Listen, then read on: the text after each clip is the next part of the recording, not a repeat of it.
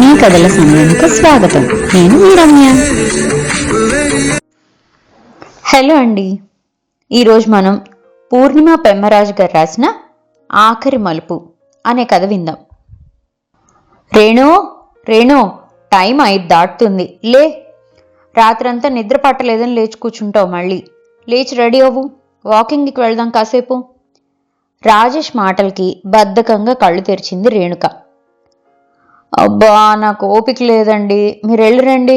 Night అంతా నిద్ర పట్టలేదు, మత్తుగా ఉంది, అందుకే నేను రాలేను. రేపటి నుంచి వస్తాలేండి. రేణుక మాటలకి చిరాకు వచ్చింది రాజేష్కి. ఏంటి రేణు ఇది, రోజు ఇలానే అంటావు? షుగర్ కంట్రోల్లో ఉండాలంటే వాక్ చేయాలన్నారు కదా డాక్టర్. నైట్ నిద్ర పట్టదంటావు, పగలు పడుకుంటావు. ఇలా అయితే ఎలా? హెల్త్ పాడవదా? నెమ్మదిగానే నడుపుపోని, ఓపిక చేసుకొని లే. ఇవాళ నా వల్ల కాదండి, రేపు చూద్దాంలేండి. లేచి వంటింట్లోకి వెళ్తున్న రేణుకను చూసి నిట్టూర్చాడు రాజేష్. సరే, నేను వెళ్తున్నా వాకింగ్కి. అన్నట్లు చెప్పడం మర్చిపోయా, నీకు కొరియర్ వచ్చింది. మీ ఫ్రెండ్ వసంత నుంచి. టేబుల్ మీద పెట్టా, చూసుకో. వెళ్ళిపోయాడు రాజేష్. వసంతనా? తనేం పంపింది అనుకుంటూ ఓపెన్ చేసింది రేణుక. లోపల ఒక ఫైల్ ఉంది. ఫైల్కి పైన ఒక నోట్ పిన్ చేసి ఉంది. ఏమిటిది? కుతూహలంగా పైన ఉన్న నోట్ని చదివింది. డియర్ రేణు, ఏమిటి ఈ ఫైల్ అని ఆశ్చర్యపోతున్నావు కదా? నీకో చిన్న గిఫ్ట్ ఇది. నీకు తెలుసు కదా, నాకు చిన్నప్పటి నుంచి లెటర్స్ దాచి ఉంచడం హాబీ అని. చిన్నప్పటి నుంచి నువ్వు రాసిన లెటర్స్ దాచి ఉంచాను. అలానే తర్వాత మనం పంపుకునే మెయిల్స్ కూడా ప్రింట్ తీయించి ఉంచాను. అదో సరదా నాకు. అందులో నీ లెటర్స్ కొన్ని ఫైల్ చేసి నీకు పంపుతున్నాను. అవి చదివాక చివర్లో నేను లెటర్ రాశాను, అది చదువు. ఏమిటి ఈ లెటర్స్ గోలా అనిపిస్తుందా? పర్లేదు, సరదానే, చదువు ఒకసారి. ఈ వసు ఇంతే, ఎప్పుడూ ఏదో క్రేజీ ఆలోచనలు. చిన్న నవ్వు వచ్చింది రేణుక మొహం మీదకి. ఏముందో ఈ లెటర్స్లో చూద్దాం అనుకుంటూ ఫైల్ ఓపెన్ చేసింది. ప్రియమైన స్నేహితురాలు వసంతకి, నీ స్నేహితురాలు రేణుక రాయినది. ఎలా ఉన్నావు? నాకు నువ్వు, మన స్కూల్, అమ్మమ్మ, అక్కడ నేను పెంచిన మొక్కలు, మా బుజ్జి ఆవు, మన ఊరు అన్నీ కల్లోకి వస్తున్నాయి. నేను అక్కడే ఉంటే బాగుండేది. నేను చాలా ఏడ్చాను కూడా, నన్ను మళ్ళీ అమ్మమ్మ దగ్గరికి పంపేయండి, అక్కడే ఉంటా అని. కానీ అమ్మ నాన్న ఒప్పుకోలేదు. అమ్మమ్మ పెద్ద అయిపోతుంది, ఇంక నువ్వు ఇక్కడే ఉండాలి అని అన్నారు. ఇక్కడ స్కూల్లో జాయిన్ చేశారు. ఇవాళే వెళ్ళాను. నాకు ఈ స్కూల్ ఏం నచ్చలేదు, ఇక్కడ పిల్లలు నచ్చలేదు. మీరు అందరూ, మన స్కూల్, సరోజ టీచర్ గుర్తొచ్చి ఏడుపొచ్చింది. నాకు ఏడుపొస్తే ముందు బెంచ్లో అమ్మాయిలు నవ్వుతున్నారు, ఇంకా ఏడుపొస్తుంది. దసరా సెలవులు ఇవ్వగానే అమ్మమ్మ దగ్గరికి పంపుతానందమ్మ. ఎప్పుడొస్తానా అక్కడికి అన్నట్లుంది. నువ్వు అక్కడి కబుర్లతో పెద్ద లెటర్ రాయి. ఇట్లు నీ స్నేహితురాలు రేణుక. హాయ్ వసు, ఎలా ఉన్నావు? ఎలా ఉంది కొత్త కాలేజీ? మాకు లాస్ట్ వీక్ నుంచే స్టార్ట్ అయింది. నాకు అస్సలు నచ్చలేదు ఈ కాలేజీ. మా ఇంటి నుంచి చాలా దూరం. బస్సు కోసం వెయిటింగే చాలా టైం పట్టేస్తుంది. నా స్కూల్ ఫ్రెండ్స్ ఎవరూ ఈ కాలేజీలో జాయిన్ అవ్వలేదు. అందరూ కొత్త వాళ్లే. నాది తెలుగు మీడియం కదా ఇప్పటి వరకు. ఇక్కడంతా ఇంగ్లీష్ మీడియం వాళ్లే ఉన్నారు. నేను అసలు కలవలేకపోతున్నా వీళ్లతో. నా పాత స్కూల్ ఎంత బాగుండేదో. మన ఊరి నుంచి వచ్చేశాక మొదట ఒక 4 రోజులు నాకు కొత్తగా ఉండేది, కానీ తర్వాత పార్వతి, పద్మ, జయ అందరూ ఫ్రెండ్స్ అయ్యాక అచ్చం నీతో ఉన్నట్లే ఉండేది. నేను మీ అందరూ గుర్తొచ్చి ఎక్కడ బాధపడతానేమో అని చాలా బాగా చూసుకునేవాళ్ళు నన్ను. డ్రిల్ పీరియడ్లో ఆటలు, లాస్ట్ బెంచ్లో కూర్చొని సీతారాముడు ఆడుకోవడం, ఇంటికి వెళ్తూ సినిమా కథలు చెప్పుకోవడం అన్నీ చాలా గుర్తొచ్చేస్తున్నాయి. ఇక్కడ ఏం లేదు, బస్ ఎక్కడం, వెళ్ళడం, క్లాస్లో కూర్చొని వినేసి రావడం. ఆ ఇంగ్లీష్ మీడియం లెసన్స్ నాకేం అర్థం కూడా కావట్లేదు. ఎవరినైనా అడగాలన్నా కూడా వాళ్ళంతా కాన్వెంట్ బ్యాచ్, మనతో ఏం మాట్లాడరు. చాలా ఒంటరిగా ఫీల్ అవుతున్నాను. సరే ఉంటాను, లెటర్ రాయ్, బాయ్. రేణు. హాయ్ వసు, ఎలా ఉన్నావు? నీకేం, నువ్వు లక్కీలే. హ్యాపీగా ఇంటి దగ్గర నుంచి డిగ్రీ కాలేజీకి కూడా వెళ్ళొస్తున్నావు. నాకేమో మా ఊర్లో డిగ్రీ లేదని తీసుకొచ్చి ఈ హాస్టల్లో పడేశారు. హారిబుల్ నిజంగా. ఏం బాలేదు ఇక్కడ. ఫుడ్ బాలేదు, రూమ్స్ బాలేవు. ఇంకా రూమ్మేట్స్ అయితే చెప్పక్కర్లేదు. ఒక్కో రూమ్కి 4 మెంబర్స్. ఎవరికి అసలు అడ్జస్ట్మెంట్ లేదు. మనకి నిద్ర పట్టే టైంకి వాళ్ళు లైట్ వేస్తారు, లేదా ఏదో సౌండ్స్ చేస్తారు. మినిమం సెన్స్ లేదు ఎవరికి. నా జూనియర్ కాలేజీ ఫ్రెండ్స్ని ఎంత బతిమాలానో. వాళ్ళు ఇక్కడే జాయిన్ అయి ఉంటే అందరం కలిసి ఒకే రూమ్లో అయినా ఉండేవాళ్ళం. కానీ అందరూ తలా ఒక దగ్గర జాయిన్ అయ్యారు. నిజంగా ఎంత ఎంజాయ్ చేసేవాళ్ళమో అప్పట్లో. బస్ స్టాండ్లో, బస్సుల్లో, కాలేజీలో అంతా అల్లరి అల్లరి. మొదట్లో నేను కొంచెం ఇంగ్లీష్ రాదని ఇబ్బంది పడేదాన్నని పాపం సుచరిత, రేఖ, మేరీ అందరూ నన్ను కంఫర్ట్ చేయడానికి నాతో తెలుగులోనే మాట్లాడుతూ నెమ్మదిగా ఇంగ్లీష్ వాళ్లే నేర్పించారు. పిచ్చి పిచ్చిగా ఎంజాయ్ చేసేవాళ్ళం. అసలు ఆ డేస్ తలుచుకుంటే కళ్ళల్లో నీళ్ళు వచ్చేస్తున్నాయి. ఇంకా ఈ హాస్టల్ జాయిన్ అయి నెల రోజులే అయింది. ఇంకా 3 years ఎలా గడుస్తాయి, ఎప్పటికి గడుస్తాయో. సరే మరి ఉంటాను. Reply soon. నీ రేణు. హాయ్ వసు, ఎలా ఉన్నావు? ఎలా ఉంది కొత్త కాపురం? మనం ఎంత ఫ్రెండ్స్ అయినా మన పెళ్ళిళ్ళు కూడా ఇలా 2 రోజుల గ్యాప్లో కుదిరవుతాయని మనం అస్సలు అనుకోలేదు కదా. నీ పెళ్ళి మొత్తం అంతా నేను నీ పక్కనే ఉండాలని అనుకున్నాను, కానీ రావడమే అవ్వలేదు. నువ్వే పాపం నీ పెళ్ళైన వెంటనే అయినా సరే వీలు చేసుకొని వచ్చావు నా పెళ్ళికి. నీకన్నా మీ వారికి చెప్పాలి నేను థ్యాంక్స్. ఇంతకీ ఎలా ఉన్నావు? అలవాటు పడ్డావా కొత్త ప్లేస్కి? నాకు చాలా కష్టంగా ఉంది ఇక్కడ. ఈ బొంబాయి మహానగరంలో తలుపు తెరవాలన్నా భయమే. మా వారు పొద్దున్న వెళ్తే మళ్ళీ నైట్ దాకా కనబడరు.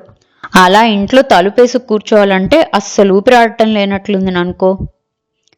అందులో లాస్ట్ 3 years హాస్టల్లో ఫుల్ ఎంజాయ్ చేస్తూ గోలగోలగా ఉండేదాన్నేమో ఈ నిశ్శబ్దానికి పిచ్చెక్కిపోతుంది. ఏం లైఫ్లే హాస్టల్ లైఫ్ మాత్రం. ఆ హడావుడి, రాత్రంతా కూర్చొని కబుర్లు చెప్పుకోవడం, హాలిడే పార్టీలు, పిక్నిక్లు. అసలు ఆ ఎంజాయ్మెంట్ నార్మల్గా ఉండదు, మళ్ళీ రాదు కూడా. చాలా చాలా డల్గా అనిపిస్తుంది. మరి నీకెలా ఉంది? నువ్వెలా ఉన్నావు? లెటర్ రాయి. ఉంటాను, bye. Renu. Hi Vasu. First sorry, చాలా చాలా లేట్గా లెటర్ రాస్తున్నందుకు. ఎక్కడా అసలు ఈ పిల్ల రాక్షసులతో ఊపిరి తీసుకోవడానికి కూడా టైం ఉండట్లేదు. ఇద్దరికీ ఏజ్ గ్యాప్ కూడా తక్కువేమో. అన్నిటికీ పోటీయే. ఒకళ్ళకి ఇచ్చిందే రెండో వాళ్ళు కావాలంటారు. సర్లే, నాకన్నా నీకే ఎక్కువ తెలుస్తుంది. నీకు ట్విన్స్ కదా, నీకు ఇంకెంత కష్టమో ఊహించగలను. నువ్వెలా చూసుకుంటావో తెలియదు కానీ తల్లి, నాకైతే నీరసం వచ్చేస్తుంది రాత్రి అయ్యేసరికి. ఎప్పుడు పోయి పడుకుందామా అనే తప్ప పర్సనల్ లైఫ్ అనేది ఉంటుందని మర్చిపోయాను. రోజంతా కామ్గా ఉన్న ఇంట్లో నచ్చిన పాటలు వింటూ పెయింటింగ్ చేసుకోవడం, వీకెండ్స్ అంతా మేమిద్దరం సినిమాలకి, షాపింగ్కి, హోటల్స్కి వెళ్ళడం.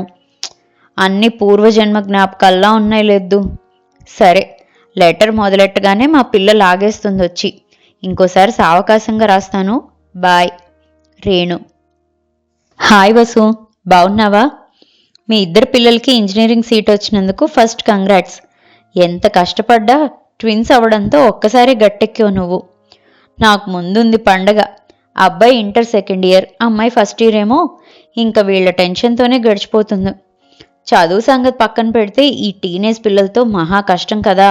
వాళ్ళ మూడ్ స్వింగ్స్ తెలిసి తెలియని తనంతో మనకి పిచ్చెక్కిస్తారు. అన్నీ వాళ్ళకే తెలుసుననుకుంటారు. ఎక్కడ ఏ తప్పటడుగు వేస్తారో అని భయం. ఏదీ షేర్ చేసుకోరు. చిన్నప్పుడు రోజంతా మన చుట్టూ తిరిగే పిల్లలు వీళ్ళేనా అనిపిస్తుంది కదా. ఆ అమాయకమైన నవ్వులు, మాటలు, ఆటలు రోజు ఎలా గడిచేది కూడా తెలిసేది కాదు. అదో అందమైన అనుభవం కదా పిల్లల చిన్నతనం. అలా ఉండిపోతే బాగుండేది వాళ్ళు అనిపిస్తుంది నాకు. ఈ టీనేజ్ పిల్లల్ని ఎలా హ్యాండిల్ చేయాలో నీకేమన్నా టిప్స్ తెలిస్తే చెప్పు నాకు. నిజంగా నా వల్ల అవ్వట్లేదు. టెన్షన్తో నిద్ర కూడా పట్టట్లేదు. ఉంటాను మరి, బాయ్. నీ Renu. How are you Vasu? Email ఇవ్వడం నేర్చుకున్నా నేను కూడా. నీకే ఫస్ట్ మెయిల్. అదేమిటో కానీ ఫోన్లో మాట్లాడితే కన్నా నీతో లెటర్ లాగా రాయడమే నచ్చుతుంది నాకు. మనసులో ఉన్న భావాలు లెటర్స్లోనే బాగా వ్యక్తపరచడం మన ఇద్దరికీ అలవాటైపోయినట్లుంది. అందుకే నీకే మొదటి లెటర్ మెయిల్లో రాస్తున్నా. ఈ ఏజ్లో ఎందుకు ఇవన్నీ అని నేను అనుకున్నా. కానీ పరిగెడుతున్న పిల్లల్ని అందుకోవాలంటే మనం కూడా నేర్చుకోవాల్సిందే ఇవన్నీ. ఉద్యోగాలు వచ్చి ఇద్దరూ దేశం వదిలి ఎగిరిపోయాక కాల్స్లో దొరకరు, టైమింగ్స్ వేరు. ఇలా మెయిల్ రాసి పెడితే చూసినప్పుడు రిప్లై ఇస్తారని ఆశ. సడన్గా ఇద్దరు ఉద్యోగాలు వచ్చి వెళ్ళిపోయారు. చాలా టెన్షన్ అనిపిస్తుంది. పెళ్ళిళ్ళు అయ్యాక వెళ్ళుంటే ఈ టెన్షన్ ఉండేది కాదు. చేసుకోమంటే టైం కావాలంటారు. ఇందాక అంటే ఇంట్లో నాతో ఉండేవాళ్ళు, నాకు నిశ్చింతగా ఉండేది. వాళ్ళ కోపాలు, అలకలు, టెన్షన్స్, ఫ్రస్ట్రేషన్ అంతా నేను పంచుకునేదాన్ని. ఎవరితో అన్నా షేర్ చేసుకుంటే వాళ్ళు రిలాక్స్ అవుతారు. ఇక్కడే జాబ్స్ వచ్చుంటే బాగుండేది. పిల్లలు ఇంట్లో లేక ఇల్లంతా శూన్యంగా అనిపిస్తుంది. ఎప్పుడూ వదిలి ఉండలేదు కదా, కష్టంగా ఉంది. మరి నువ్వెలా ఉన్నావు? నువ్వు కూడా మెయిల్ ఇవ్వు మరి.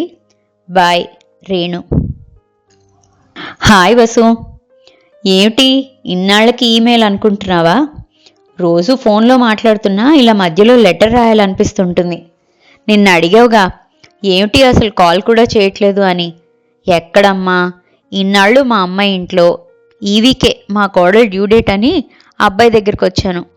దగ్గర దగ్గర 1 year నుంచి ఈ అమెరికాలోనే ఉండిపోయాం. మా అమ్మాయికి ఇప్పుడు పర్లేదు, పిల్లాడికి 1 year వచ్చింది. ఇంకా తాను వర్క్ ఫ్రమ్ హోమ్ పెట్టుకొని చేసుకోగలదు. కోడలకు కూడా డెలివరీ అయితే ఎప్పుడెప్పుడు ఇండియా పరిగెడదామా అని ఎదురు చూస్తున్నాం. ఈ క్లైమేట్ మా ఇద్దరికీ పడట్లేదు, తోచట్లేదు కూడా. ఇండియాలో అయితే మనకు ఒక రొటీన్, చుట్టూ తెలిసిన వాళ్ళు, గడిచిపోతుంది బాగా. చుట్టాలు, ఫ్రెండ్స్, ఫంక్షన్స్, ఫెస్టివల్స్తో గడిపిన ఆ రోజులన్నీ గిర్రున కళ్ళ ముందు తిరుగుతున్నాయి. ఏం చేస్తాం, ఇద్దరం ఆ కబుర్లు చెప్పుకుంటూ టైం గడుపుతున్నాం. పిల్లల ముందు ఫోన్లో ఇలా మాట్లాడితే వాళ్ళు మనసు కష్టపెట్టుకుంటారు కదా, అందుకని మెయిల్ పెడుతున్నా. బాయ్, రేణు. వసు, దాదాపు 6 years అయింది మెయిల్ ఓపెన్ చేసి కూడా.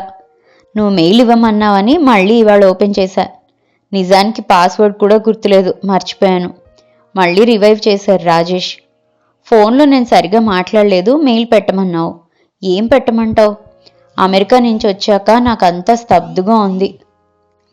అమ్మమ్మ, బామ్మ అనే పిలుపులే వినిపిస్తున్నాయి నా చెవిలో. వాళ్ళ మీద చాలా బెంగగా ఉంది. వాళ్ళిద్దరితో నేను మళ్ళీ నా పిల్లల బాల్యం చూసుకున్నాను. ఇంకా నా పిల్లలు చిన్నప్పుడు అనుభవం లేకపోవడం వల్ల, పని ఒత్తిడి వల్ల వాళ్ళ బాల్యం ఎంజాయ్ చేయలేదేమో, కానీ వీళ్లతో మాత్రం చాలా చాలా బాగా గడిపాను. అదృష్టం కొద్దీ ఇద్దరు పిల్లలు దగ్గరగానే ఉండటంతో మనవడు, మనవరాలు ఇద్దరూ అలవాటైపోయారు. ఇప్పుడు వాళ్ళు కొంచెం పెద్దయ్యారు, స్కూల్కి వెళ్తున్నారు. ఇంకా మన అవసరం లేదని ఇండియా వచ్చేసాం, కానీ నా మనసు అక్కడే ఉండిపోయింది. వాళ్ళ అల్లరి, అమాయకపు కబుర్లు, చిలిపి పనులు అన్నీ కళ్ళల్లో కదులుతున్నాయి. ఇద్దరిలో ఒక్కళ్ళన్నా ఇక్కడికి వచ్చేయండి అంటే వాళ్ళకు కుదరదు, మనం అక్కడ ఉండలేం. ఏమిటో చాలా డిప్రెసింగ్గా ఉంది ఈసారి వదిలి వచ్చాక. ఇన్నేళ్ళు అంటే వచ్చినా కూడా మళ్ళీ వెంటనే అక్కడ మన అవసరం ఉందని వెళ్ళేవాళ్ళం. ఇంకా వాళ్ళకి మన అవసరం అంతగా లేదు. పిల్లలు పెద్దయ్యారు కాబట్టి వాళ్ళు మేనేజ్ చేసుకోగలరు. సడన్గా అంతా ఖాళీగా ఉంది. ఇప్పుడు ఏం చెయ్యాలి నేను? అలా అంటే ఈయన పిల్లలు ఒకే మాట, ఏదో ఒక వ్యాపకం పెట్టుకో, సర్కిల్ పెంచుకో అని. కొత్తగా ఇప్పుడు ఏం పెట్టుకోను వ్యాపకం? ఇన్నేళ్ళు పిల్లల కోసం, పిల్లలతోనూ బతికాను. అది తప్ప వేరే జీవితం ఉంటుందని కూడా మర్చిపోయాను. నాకు మా అమ్మాయి పుట్టినప్పుడే జాబ్ వచ్చింది, కానీ ఇద్దరు చిన్నపిల్లలతో కుదరదని వదిలేశాను. ఎన్నిసార్లు సంగీతం నేర్చుకుందామని మ్యూజిక్ క్లాస్లో జాయిన్ అయ్యి కుదరక మానేశాను. కానీ ఎప్పుడూ రిగ్రెట్ అవ్వలేదు. పిల్లల కోసమే కదా ఏం మానేసినా అనుకున్నాను. లైఫ్ అంటే పిల్లలతోనే అనుకొని ఇన్నేళ్ళు బతికాక ఇప్పుడు సడన్గా వాళ్ళు వేరు, నేను వేరు అని ఎలా అనుకోవాలి? ఇప్పుడు సడన్గా వేరే వ్యాపకం ఎక్కడి నుంచి వస్తుంది? సడన్గా నేను ఎలా మారుతాను? నాకు విసుగొచ్చేస్తుంది. నిజానికి ఈ జీవితం మీద విరక్తిగా ఉంది. నిన్ను చూస్తుంటే నాకు ఆశ్చర్యంగా ఉంది. మన ఇద్దరి లైఫ్ దాదాపు సిమిలర్గానే ఉంది, కానీ నువ్వెంతో బ్యాలెన్స్డ్గా ఉన్నావు. నేనెందుకు అలా ఉండలేకపోతున్నానో తెలియట్లేదు. ఇంతకన్నా చెప్పడానికి ఏం లేదు. మరుంటాను, రేణు. డియరెస్ట్ రేణు, చదివావుగా నీ లెటర్స్ అన్నీ? చూసుకున్నావా నీ జీవితంలో జరిగిన మార్పులన్నీ ఒకసారి? రేణు, నీకే కాదు, ఎవరికైనా జీవితం ఎప్పుడూ సాఫీగా ఒకటే దారిలో వెళ్ళదు. బోలెడు మలుపులు, కొత్త మలుపు తిరిగినప్పుడల్లా చాలా మార్పు. మార్పు ముందు కష్టంగా ఉంటుంది, నచ్చదు. కానీ అలవాటయ్యే కొద్దీ ఆ జీవితం నచ్చుతుంది, ఎంజాయ్ చేస్తాం. మరో కొత్త మలుపు తిరిగినప్పుడు ఈ పాత జీవితం జ్ఞాపకంగా మారుతుంది. ఆ జ్ఞాపకాలు ఇంకా బాగుంటాయి. తలుచుకొని ఎంజాయ్ చేస్తాం. ఒక్కసారి నీ లెటర్స్ అన్నీ నువ్వు సరిగ్గా చూసుకుంటే ప్రతి స్టేజీ ఎంజాయ్ చేసావు. తర్వాత తలుచుకొని ఇంకా ఎంజాయ్ చేసావు. కానీ మన లైఫ్లో ఇంకిదే ఆఖరి మలుపు. అందుకని మనం జరిగిపోయాక కన్నా జరుగుతున్నప్పుడే ఈ మలుపుని, మార్పుని ఆస్వాదించాలి. ఆస్వాదిద్దాం. నీ బాధ్యతలు నువ్వు చక్కగా పూర్తి చేసావు. అందరూ హ్యాపీగా ఉన్నప్పుడు నువ్వు ఇలా డిప్రెస్ అయి ఉంటే నీ పిల్లలు బాధపడరా? వాళ్ళు ప్రశాంతంగా ఉండగలరా అక్కడ? అలా అనుకుంటే మనం కూడా మన పేరెంట్స్ని వదిలిపెట్టి వచ్చి మన జీవితాన్ని నిర్మించుకోలేదా? అదే కదా వాళ్ళు చేస్తుంది. సడన్గా వేరే జీవితం ఎలా అన్నావు? ఒక్కసారి చూసుకున్నావా నీ లైఫ్లో ఎన్ని మార్పులు జరిగాయో? అలానే ఇది. నువ్వు మానేసిన పెయింటింగ్ స్టార్ట్ చేయి, ఆపేసిన మ్యూజిక్ మొదలెట్టు. మీ ఇద్దరూ కలిసి టైం గడపండి. రాజేష్ గారు నాతో మాట్లాడారు మొన్న ఫోన్లో. నీ గురించి ఆయన చాలా వర్రీ అవుతున్నారు. హెల్త్ కంప్లీట్గా నెగ్లెక్ట్ చేస్తున్నావని. రేణు, ఒకటి గుర్తుపెట్టుకో. ఇందాక నేను అన్నట్లు ఇదే మనకి ఆఖరి మలుపు. ఇక్కడి నుంచి మనం ప్రతి క్షణం జరుగుతున్న మార్పుని ఆస్వాదిద్దాం, జ్ఞాపకాలు తలుచుకొని ఆనందిద్దాం. కానీ ఈ క్షణాన్ని కూడా ఆనందిద్దాం. ఈ క్షణం జ్ఞాపకం అయ్యేదాకా వెయిట్ చేయొద్దు. సరే, ఏదో చెప్పేస్తున్నాను కానీ అసలు విషయం ఏమిటంటే, నేను మా వారు తమిళనాడు టెంపుల్ టూర్కి వెళ్దాం ఒక 2 వారాలు అనుకుంటున్నాం. మీ ఇద్దరు కూడా వస్తే బాగుంటుందని అనిపిస్తుంది నాకు. మళ్ళీ మన జ్ఞాపకాలు నెమరేసుకుందాం. ట్రిప్ బాగా ఎంజాయ్ చేసి కొత్త జ్ఞాపకాలు సృష్టించుకుందాం. ఏమంటావు? ఇట్లు ప్రేమతో నీ వసు. అంతా చదివిన రేణుకు మొహం ఆనందంతో విచ్చుకుంది. ఒక్కసారి తన మొత్తం జీవితాన్ని వెనక్కి తిప్పి చూపించి తన మనసులో వ్యధను పోగొట్టిన తన స్నేహితురాలకి థ్యాంక్స్ చెప్పుకుందామని ఫోన్ వైపు నడిచింది, టికెట్స్ బుక్ చేయమని చెప్పడానికి కూడా. ఇదండి ఆఖరి మలుపు కథ. మరో మంచి కథతో మళ్ళీ కలుసుకుందాం. అంతవరకు సెలవు. కథ కనుక మీకు నచ్చినట్లయితే లైక్ చేయండి, షేర్ చేయండి. అండ్ మరిన్ని ఇంట్రెస్టింగ్ కథల కోసం ప్లీజ్ సబ్స్క్రైబ్ టు మీ కథల సమయం. Thank you.